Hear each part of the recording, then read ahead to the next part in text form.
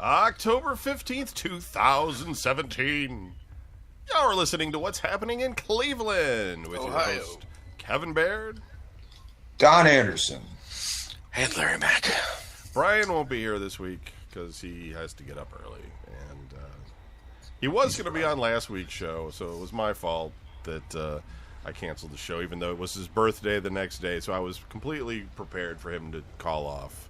And I called off. Not do the I show. No, you Well, now- even were like, I'll do the show. And I was just like, no, I'm just going to cancel it. Well, now, did he say he was going to do the show before or after you told him you were canceling it? Well, he never said he wasn't going to do the show.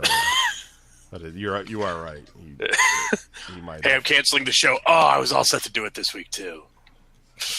Usually with him, he'll usually tell me like in the middle of the day, sometime like when he's just decided that he's tired and doesn't want to do the show. It's really what it is. It's really what it comes down to. It's fine. What are you gonna do? We're just lucky to have him on every so often. Yeah, he's old. I mean, You're right. you know. Just that's the way things go. So, to start off this week, we'll talk to Don. That we haven't been on in 2 weeks. I haven't. So I haven't. you've had the last 2 weeks to be on. What's new in the world of Don that you didn't talk about on Tumbling with Tumbleweed? Actually, did you do a show last week? I don't think you did a show. I did not. That's what I've been doing with my week. Unfortunately, we lost my nephew last week. He died Sunday morning, and I've been dealing with that all week. So, Can I ask you how he died? Because I don't want to be like it was a juggling accident, and then I don't want to bring up like. Remember that time he juggled, and then you'd be like, "Oh Right. my god, I can't believe how fucking insensitive you are that you brought." why that would up." you say that? Why would you Right, bring right. that up? Right. It's unknown as of right now. He went to sleep. He did not wake up. Let's put it that way. Okay. Wow. It's kind of crazy. Yeah. So, I haven't heard anything. I know there was a coroner and there's an autopsy and all that stuff, but we'll see. Who knows?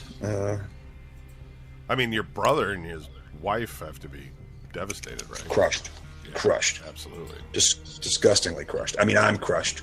And, Do they have other kids? it's like that. They have one. They have one other son. So, Older, younger?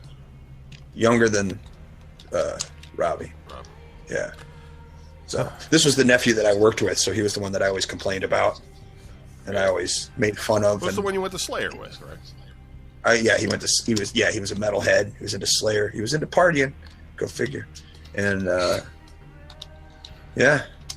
good kid. Gone too soon. 31 years old. So I think I'm at the point where I can talk about it, but not get into details. No, I I understand. Although I'll share this. What was funny was I bought the kid his first Slayer CD when he was growing up. I was like, "You're going to listen to Slayer." Just so you know. You're gonna do this. Right, and he was into it. He was like, "Yeah, this is great. I love this stuff." It's like, okay, cool, because that's what you're into now. And Because you were going to be into it regardless, but this works Right. out better. hey, he was listening to like Green Day and Beck and stuff like that. So I was just, I'm like, nah. You were concerned, like any. I was adult concerned. would be. I was worried about it, and I was like, I can't have this. So Slayer ended up being his favorite band ever in the whole wide world. So that's what everybody knows him for. And they had this service last week. They had a pastor come up, and the thing is it was an open casket, and they have the casket there, and they have hanging from the casket a Slayer flag type thing with a big pentagram in the middle of it. Wow. It says 666 across the bottom. Says the Unholy Alliance. Wow. That's cool. Everybody showed up in like Slayer t-shirts. Well, not everybody, but you get the idea. The majority, like there's a lot of people there in like Slayer t-shirts, Kiss t-shirts, just metal t-shirts. They were like, this is how he would want it, stuff like that. So the pastor was up there talking, and he's like, I know Rob and I are two different people. And, people chuckle. Yeah, because you're a church guy, and he's definitely not. And he goes, but I've known him a long time. I've known him since he was a kid. He helped me do stuff like that. He goes, da, da, da, da. He goes, I know how much he loves Slayer. He loves Slayer. He goes, so I decided I didn't know much about Slayer. I would look into it and I would study their lyrics and see if there was anything in their lyrics that I could use for a passage from the Bible to show a correlation. And the whole place just started laughing. Everybody was just laughing, right? And he goes, yeah, exactly. I couldn't find anything. He's like, I've got nothing. So it was just kind of funny. It was just like, yeah, there you go. So it was, I mean, even, you know what I mean? Even in like a tragedy, it was still funny that we could find humor in something, you know? All right. So just note for you kids, stay in school, don't do drugs. There you go. But listen to Slayer. And listen to Slayer. You can listen to Slayer. But that's pretty much what my week consisted of. I had to drive to Pennsylvania to go pick my brother up because him and my nephew were working in Pennsylvania at the time. Wow. So my brother was stuck there. He was just, I mean, he wasn't stuck. He had his car, but it's like, can you trust someone to drive after their, hours after their son just died? So it was like, that's not a good idea. So me and Bobby went up and got him. And that in itself was the thing. It was like, Bobby, this isn't about you. No jokes, no impressions. We're just going up there. We're getting our brother and we're coming home. We're not here to impress anybody. Show our talent. I could see you actually saying that to him in the car. Like. And I get it because Bobby's that kind of guy. He means it. He means it well. You know what I mean? He means to be like, hey, I know everybody's down and depressed, and I'm going to make you laugh, and I'm going to make you happy, and all that stuff. Well, people don't. You know what I mean? Right. He didn't want. Right. My bro Al didn't want anything to do with that. You know what I mean? He was not in a laughing mood about anything. So it's just like, yeah, Bobby, just shut your mouth. So it's all good. So we're through it and we're getting through it. And it's a build. It's, I mean? You know what it's like. Absolutely. You guys all know what it's, everybody's been through it. Some form. So of you didn't so what you're saying is that you didn't like just suddenly hit up Al to be like, I hear you got like some room for me to get employed now. Or something. Yeah. You got an open spot. Yeah. No, I didn't. No. I didn't. I just thought I'd throw that in there. Yeah. So, and during these times, you find out who your friends are, and then you find out who like people who are trying too hard to be your friend. I was talking to Kevin about this yesterday. I have a certain person in my life who's all of a sudden like, Robbie, he's my man, he's my dude. It's like, I mean, I don't know about that. I'm not trying to hog it all to myself and my family and stuff, but I mean, seriously, dude, you can be in mourning and you can be sad and you can be sorrowful and all that stuff. But I mean, really, like, you don't have to continuously tell me how close you guys were, how close you were getting, because you're like my friend, not his friend. You know? You don't have to change your Facebook profile pic to the one picture you have with him from 15 years ago. Right. And even then, it was like, even at the service, I was pointing it out to him. I was like, look, you're in a picture right here. And he's like, oh, because you know how they have those boards of pictures. Yeah. He made one picture. And I was like, look, dude, you're in a picture. And I was like, I shouldn't have said anything.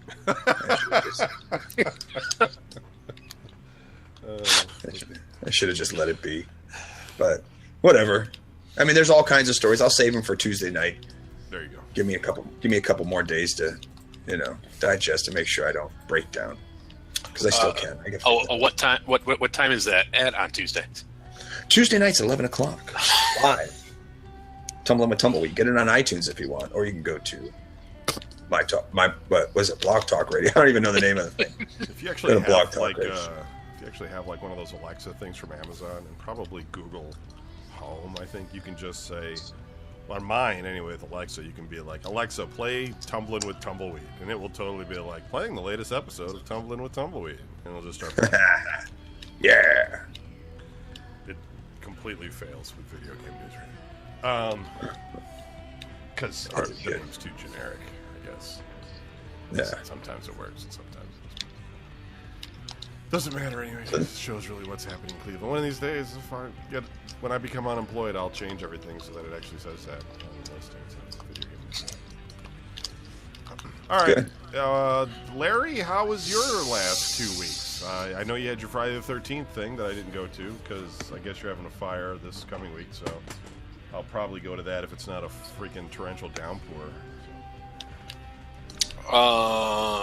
Yeah, because, obviously seeing me twice in a month, that would be insane. Sensory overload. No. Let's see, the last 2 weeks have just sucked. I mean, everything just sucks. The doctor will tell you that I am clearly exhibiting signs of chronic exhaustion and some kind of stress disorder. Work is just kicking the ever-loving hell out of me. I'm dog sitting, which is awful. One of Mindy's dogs. One of her dogs? What? She keeping the one, but she can't handle both? She is. It's because if you remember, if you listen to VideoGameNews.com, Sundays at 8, some previous episode, last time I watched her dogs, I had to break up a dog fight. So now they are kept segregated. And her one dog has been staying with her parents, but they are out of town. So I foolishly said I would watch her dog. Now, something that hasn't come up in the past. Larry doesn't like dogs. I hate dogs. I take that back. I don't mind dogs. I like dogs, kind of. The concept of a dog or any other animal just walking freely around the house is just gross to me. I hate it. Okay. Seems weird. Like, there's a reason that I like ferrets, because unless I'm interacting with them, they are in a cage.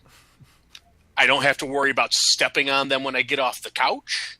I don't have to worry about them following me around the house. And I just don't like the idea that while I'm sleeping, there's some animal just wandering around my house. Or the fact that you can't leave your dinner anywhere. Oh yeah. Because the dog is also horrible. Like, totally begs for food, totally spoiled little princess. And as much as I love Mindy, she's one of those people where it's like, oh, I know, she's so spoiled and a princess. It's like, okay, but that's not an endearing thing. That's something you should be working to make her not be. So, when I'm done with my stressful ass job, and I'm done trying to pay my bills that I no longer have money for, and I'm done trying to figure out how to feed my daughter and keep clothes on her back and get her to graduate school and all that stuff, I never have any downtime, because then I get to sit on the couch and try to relax with a dog staring at me. Huh. And I hate it. Try petting it once in a while. Maybe that would. It is kind of a bummer sometimes. I know.